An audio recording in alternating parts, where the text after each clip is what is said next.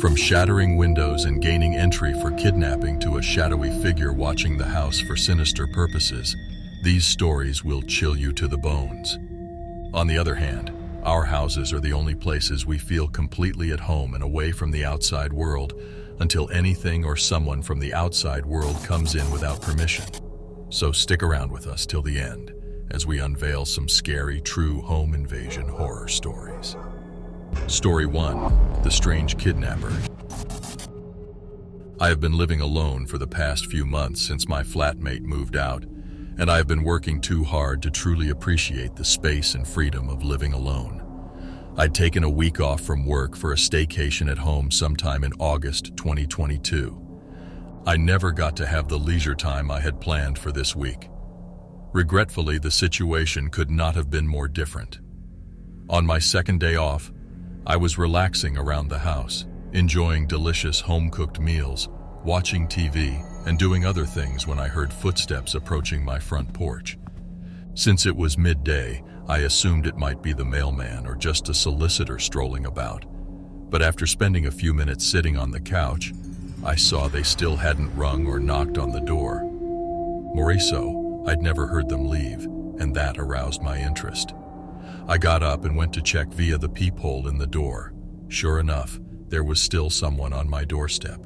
The individual appeared to be in his mid-30s and was dressed in black pants and a light sweatshirt.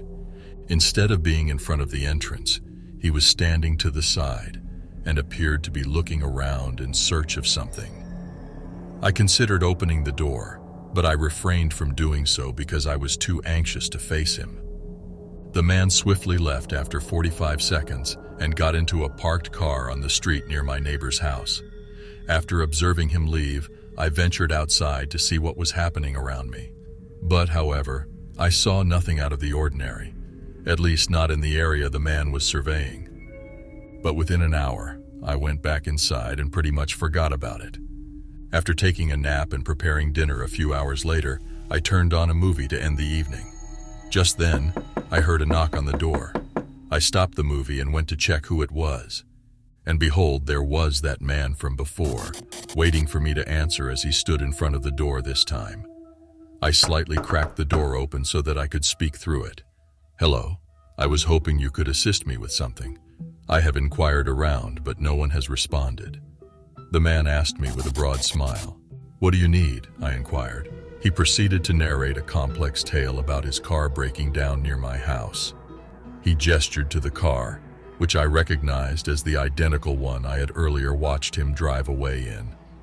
Then he stated that he just needed to make a brief call using my phone. I turned him down immediately and shut the door, sensing that this was some kind of trick or something. I then made sure he had left by peeking through the peephole, but he didn't. His expression became irrationally enraged, and he pounded on the door once more. I threatened to call the police if he didn't leave, shouting through the door. Rather, he paused to reflect for a moment before rushing away, but not to his car, and he instead walked around to the left side of the residence. I called 911 and informed them of the issue because I was afraid this would get out of hand. Thank goodness I did, because the dining room let out a loud crash less than a minute later. What could that be? When I hurried over to investigate, I discovered that the man had broken my window and was sliding through it. I tried to flee for the garage so I could get into my car, but the man followed me down half the house before he grabbed me and wouldn't let go. I attempted to fight back, punching and kicking, but he outmatched me. He took me to the front door and opened it, telling me to stop fighting and to be quiet through his gritted mouth. I only became more determined to fight after realizing what he was doing. He was trying to get me closer to his car when a man walking with his dog noticed us and ran over to our location just to help me out. But before the man could get to our side, the kidnapper let go of me, ran to his car, and sped off. It all happened so fast, and when the cops showed up, they assisted in calming me down and took all the information I provided about the man. Unfortunately, the information seems useless because he was never located. The one thing that was even more disturbing was the fact that the cops believed that wasn't the first time he came around. And ever since that incident, I haven't seen him around, but I still intend to move out for my safety's sake. I don't want to take a chance on learning what his next plan will be. How creepy can this be? Story 2. The Shadow Man in the Dark. In 2019, I shared an apartment with 2 other women, and we were all in our early 20s. However, our apartment was located close to a park, and it featured an open space that could be accessed by a major road. Nevertheless, about half of the view over the fence into the park was obscured by a tree located on the right side of the waist-high rear fence of the house I occupied. One night, after taking a shower, I changed into my pants with a baggy top because it was summer. I heard the dog in the backyard going completely crazy. It was my roommate's dog and she wasn't home. I flew out the back door, saw the dog snipping his teeth, and he was growling in the direction of the fence. I became worried that there might be a possum in the tree because the dog had previously caught one. Reaching him by the collar, I grabbed him to get him inside and away from the possum. However, I got nervous as I grabbed him. Something was not quite right. Meanwhile, the dog was still going completely crazy.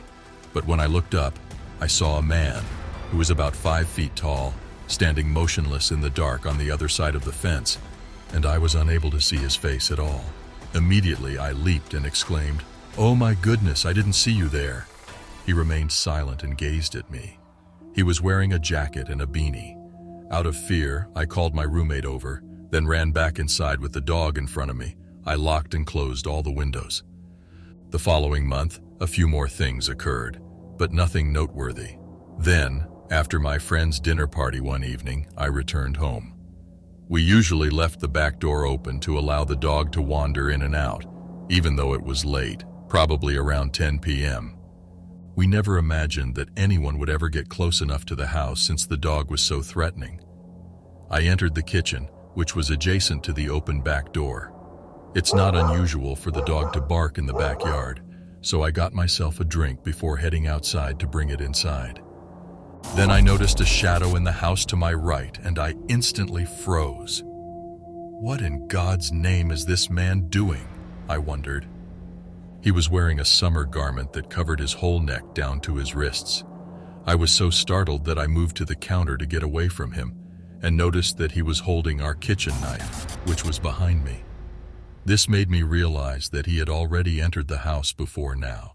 Since he had already entered and had the opportunity to take everything he desired, this was not a robbery. And so, he yanked the rug out from under my feet, where I was standing, and I hit my head on the counter. Before the police could get to the scene, I was unconscious for 5 or 6 minutes. But however, the dog barking behind him was the last thing I could recall. The dog was trying to frighten him away, but it was too afraid to attack him. Now, when the police got there, they did nothing because in the actual sense, there was no break-in. After all, the door was wide open when he entered. This implied that it would be more difficult to identify anything he touched. He also appeared to be wearing gloves, though I couldn't be certain.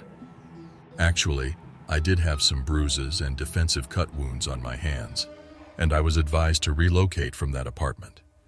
The man at the fence might not have been the same, but he was a shadow in the night, keeping an eye on the house. Now, after these stories, I bet you would take enough precautions by locking up your back doors on time, right? But what are your thoughts about it? Share them with us in the comments section below. And some stories can be so scary that you might just pee yourself. Check out our previous video, 3 true scariest Starbucks horror stories.